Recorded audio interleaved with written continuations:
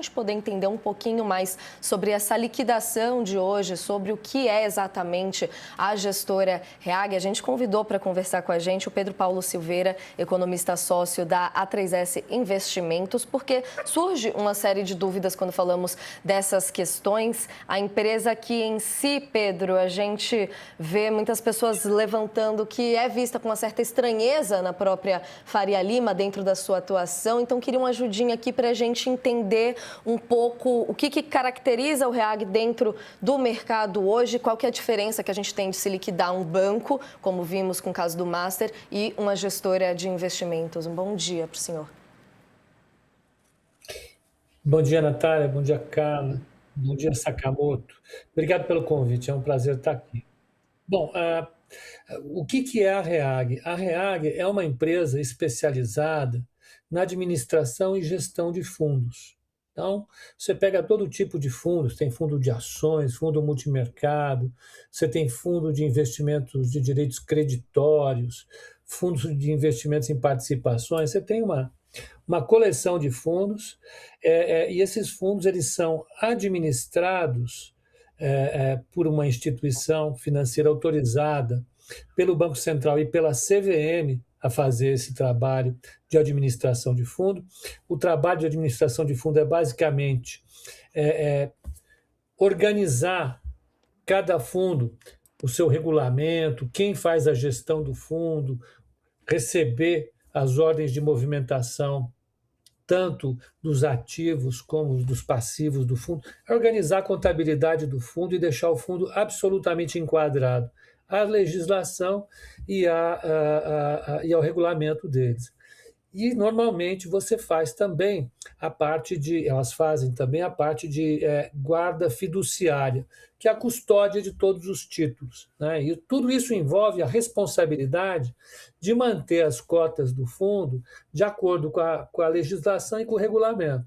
Então, por exemplo, seria uma função importante da REAG, ou fundamental, não importante, fundamental, a básica da REAG, ela contabilizar pelo valor correto o valor das cotas dos fundos. Nós já vimos que isso não aconteceu, né? As cotas dos fundos elas tinham valores muito superiores ao que indicavam os ativos, né? Por que essa falha acontece? Ela pode acontecer por imperícia ou por má-fé. Tudo indica que, nesse caso, foi por má-fé. De quem é a responsabilidade de observar e fiscalizar a atividade dos administradores e agentes fiduciários? Essa responsabilidade ela é imediatamente da CVM e é compartilhada com um órgão autorregulador ao qual a CVM delega algumas funções, que é a Ambima, que no Brasil é a Associação das Instituições do Mercado Financeiro e de Capitais, né? A Ambima e a CVM devem fiscalizar a atuação da REAG. Muito bem. Conseguiram fazer isso? Pelo visto, não. O Sakamoto já tinha perguntado o que acontece. Precisa lembrar que a CVM no Brasil hoje tem cerca de 600 servidores. São extremamente qualificados, é uma autarquia de primeiríssimo nível, como o Banco Central, aliás, mas ela não dá conta de toda essa tarefa. Você tem centenas de administradoras e gestoras no Brasil. Eu imagino que não tem fôlego a CVM para acompanhar tudo. A Ambima, por outro lado, faz esse trabalho, mas tem um limite, né? Eu concordo com o Sakamoto que a gente deve se perguntar por que esse gol ficou tão vazado assim. E, por último, qual é o papel do Banco Central? O Banco Central ele analisa as instituições financeiras, aquelas que fazem parte do sistema financeiro nacional, e que, nesse caso, que é o papel das distribuidoras, agem como distribuidoras de valores, né? O Banco Central ele demorou algum tempo para fazer essa intervenção. Mais uma vez, né? Eu falei isso aqui uma vez já e tenho insistido cotidianamente em relação a isso. O Banco Central ele não pode chegar simplesmente e fechar uma empresa, né? Tem toda uma legislação por parte disso. Quando o Banco Central ele entra numa instituição e decreta a liquidação dela, ele pode assumir uma série de passivos, de obrigações, e pode sofrer processos na justiça, como, por exemplo, havia ameaça do Tribunal de Contas da União de colocar em suspeição a atividade do Banco Central. Então, os técnicos do Banco Central, que são extremamente competentes, eles têm muito zelo e muita cautela na hora de fazer uma intervenção dessa. Então, demorou, provavelmente, por causa disso. Agora, que já havia uma sensação de estranheza no mercado financeiro em relação à velocidade de crescimento da REAG, a forma como ela cresceu e os boatos a respeito da qualidade dos ativos, isso já tinha há algum tempo. Eu, pelo menos, ouço esse barulho no corredor já há uns 2 anos. A gente já sabia que alguma coisa acontecia de esquisito na REAG. Pedro, e agora o Banco Central... Só ia pedir rapidamente, mas aí já emendando a pergunta do Sakamoto também, Pedro, se na próxima resposta a gente consegue até listar, de certa forma, quais foram as atividades, coisas, questões disciplinares até que a REAG teria que ter dentro da sua atuação que não teve nesse caso e são apontados aqui como essas infringências às normas que eles deveriam seguir. Mas, por favor, Sakamoto. Vai a sua pergunta, depois eu pergunto para ele. Então, professor, eu queria entender um pouquinho. O que o administrador tem que fazer de antemão é zelar pela qualidade das informações dos cotistas dos fundos. Cada vez que você vai fazer uma aplicação no fundo, você preenche um termo de acordo ao regulamento do fundo, você dá ok, vou aplicar lá. Mas a instituição que faz a administração do fundo vai querer saber quem é a Natália, quem é o Sakamoto, quem é a Carla, vai ver se está tudo em ordem com ela, se não paira nenhum tipo de suspeita, se não é nenhum tipo de investidor fantasma que queira lavar dinheiro no sistema financeiro. Então, as administradoras têm uma tarefa fundamental, que é fazer aquilo que a gente chama de Know Your Client, conhecer o seu cliente, para atender as demandas regulatórias e legais acerca da lei de lavagem, o combate à lavagem de dinheiro, né? Então é fundamental. Pelo visto, alguma coisa não aconteceu de bom nesse sentido.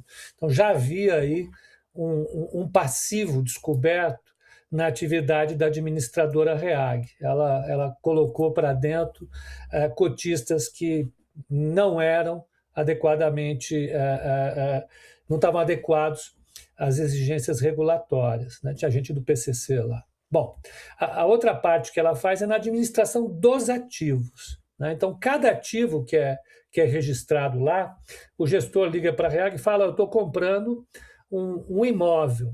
Esse imóvel, eu vou mandar os documentos, vale 100 milhões de reais. A REAG dá ok, fala: eu vou olhar os documentos do imóvel. Ela tem que administrar o fundo de tal maneira que os documentos que ela recebe em relação a esse imóvel correspondam a um imóvel que vale realmente 100 milhões de reais, né? Ela tem esse dever. Na hora de precificar os ativos do fundo, ela tem que garantir que esses ativos estejam pelo seu valor de mercado. Nesse caso, o papel que ela cumpriu foi nefasto. As indicações que a gente recebe a cada reportagem que surge, a cada detalhe que vai sendo revelado das investigações, mostram que havia ativos com valor de 100 reais que estavam contabilizados por 1 bilhão de reais. Isso fazia com que o valor das cotas dos fundos subisse de maneira muito irreal e acabasse alimentando fraude, como foi no caso do Banco Master. No caso das movimentações entre cotistas, ou de um cotista de um fundo para cotista de outro fundo, ela também tem que fazer uma avaliação para garantir que tudo esteja feito de acordo com a legislação vigente, com a regulação vigente. Pelo visto, também não fez. É o caso das operações dos fundos do PCC, né? Suspeitas do PCC. Havia fundos ali que compravam e movimentavam não só as cotas, mas como ativos, de maneira muito suspeita. E ela foi conivente ou participou disso. É o que o Banco Central, a Polícia Federal e a CVM estão avaliando. Só para finalizar, há uma série de medidas ou de investigações que devem estar sendo feitas no âmbito da CVM e da Anbima que a gente não conhece ainda. eu espero que elas, em algum momento, apareçam para a gente avaliar o que estava acontecendo de fato. Bom dia, obrigado aqui pela presença no All News. A gente está, até para tentar entender um pouco a questão de responsabilidades, responsabilização. Quando a gente fala de compliance, a gente está falando de leis, de regras, de cumprimento daquele arcabouço dado, né? Do que as pessoas, do que os fundos, do que as empresas precisam fazer ou não fazer. Agora, as empresas não precisam ficar exatamente fechadas e atadas exatamente a só as leis e as regras, né? Se você for pegar práticas de devida diligência, né, as empresas poderiam ir além, né, e ter um cuidado para verificar exatamente um pouco naquilo que você estava falando, checar quais são os riscos de imagem, os riscos éticos, quais são os parâmetros mínimos que deveriam ser estabelecidos, não apenas deixando os parâmetros serem aqueles parâmetros que estão colocados nas leis e nas regras, mas subindo o sarrafo para tentar melhorar como um todo o sistema, né? Você acha que também tem espaço para isso? Você acha que tudo que está acontecendo agora vai acabar levando a uma reflexão de uma parte do mercado financeiro, da necessidade de subir o sarrafo, ou eu estou sendo utópico? Não, eu acho que você falou o que é a real, né? De fato, você tem uma primeira régua aqui, que é a régua da lei. Então, existe uma lei que rege os fundos, os investimentos no Brasil. Abaixo da lei tem a regulação feita pela CVM, tem toda uma regulação para cada tipo do fundo. Tem uma instrução da CVM que rege esse fundo, o regulamento mínimo que o fundo tem que ter. Abaixo dessa legislação tem a regulação feita pela Anbima, que é o autorregulador e que todos devem atender, né? Então, o nível de exigência vai subindo. A lei é menos exigente, a CVM é mais exigente que a lei, mas é menos exigente que a Anbima. E concordo com você. O correto, e é normalmente o que os bons administradores fazem, é aumentar o nível de exigência que você tem em relação à Anbima, por exemplo, já seria o nível máximo que a gente tem nessa escala de regras de compliance. Eu acho que as empresas que são mal administradas e que têm um compliance ruim são a minoria no mercado hoje. A indústria de fundos, ela evoluiu demais, a indústria de investimentos evoluiu demais. Hoje você tem um grau de exigência para abrir uma conta num banco que subiu demais. Antes você conseguia abrir uma conta e abrir a possibilidade nesse processo de abertura de contas de uma série de correntistas ou cotistas fantasmas. Hoje já é mais difícil fazer assim, tem toda uma verificação de meio digital para isso, você tem entrevistas na hora de abrir a sua conta num determinado tipo de investimento, isso está mais, vamos dizer, organizado hoje. Agora, o mercado sempre encontra, os mercados, né? Não é só o mercado financeiro, os mercados sempre encontram uma maneira de burlar os regulamentos e as legislações. No caso do sistema financeiro, você tem essas instituições que aparecem na periferia, nas franjas do sistema, que conseguem, de uma maneira ou de outra, burlar as leis, mas em algum momento a lei acaba prevalecendo, né? Eu não sei o que você pode fazer para evitar isso. Se você regula demais o mercado, ele acaba funcionando mal, né? Eu acho que a gente está num nível de excelência que pode melhorar sim, mas eu não sei mais o que a gente pode fazer, sinceramente. Pedro, para a gente encerrar a conversa, queria só um relato. Perdão, acho que a Carla quer fazer uma pergunta? Pode fazer, Carlinhos. Curta que tinha a ver um pouquinho com essa questão da regulação, pensando que a gente teve a autonomia do Banco Central, um projeto recente, né? E que agora, nesse caso, mostrou aí a sua importância.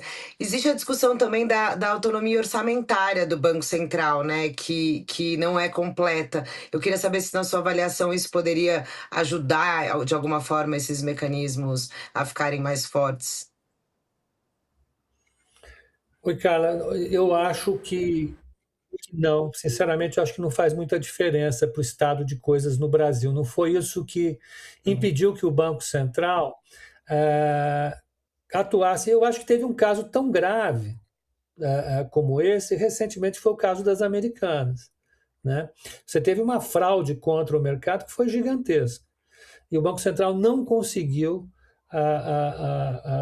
pegar essa fraude. Agora nós temos essa fraude do Banco Master, que também é de uma dimensão gigantesca, embora com todas as consequências políticas que a gente está vendo, mas eu acho que o que faltou ali, né, e a gente precisa entender, foi um pouco mais de celeridade do Banco Central. Eu não acho que foi incompetência, eu acho que foi justamente essa necessidade de responder às exigências legais, sobretudo da justiça comum. Então, a independência orçamentária do Banco Central não afetou nesses casos. Eu acho que seria interessante, é claro, por princípio, eu defendo a independência orçamentária do Banco Central para ele ficar cada vez mais distante do executivo, mas eu acho que não foi o fundamental nesse momento. O fundamental nesse momento, eu acho, sinceramente, foi dotar a CVM de uma estrutura mais robusta. Hoje eles têm 600 funcionários e, para mim, não tem conseguido dar conta de todas as exigências que o mercado de capitais no Brasil, no mercado financeiro do Brasil tem dado. Eu acho que esse foi o grande buraco que a gente viu. Nós vamos acompanhar, então, agora também, Pedro, todos os desdobramentos disso. A gente, com certeza, vai voltar a entrar em contato ao longo das próximas semanas. Essa história ainda vai longe, mas queria agradecer demais a presença do senhor aqui com a gente no All News e um bom trabalho. Eu que agradeço o convite, um bom dia para todos. Obrigado.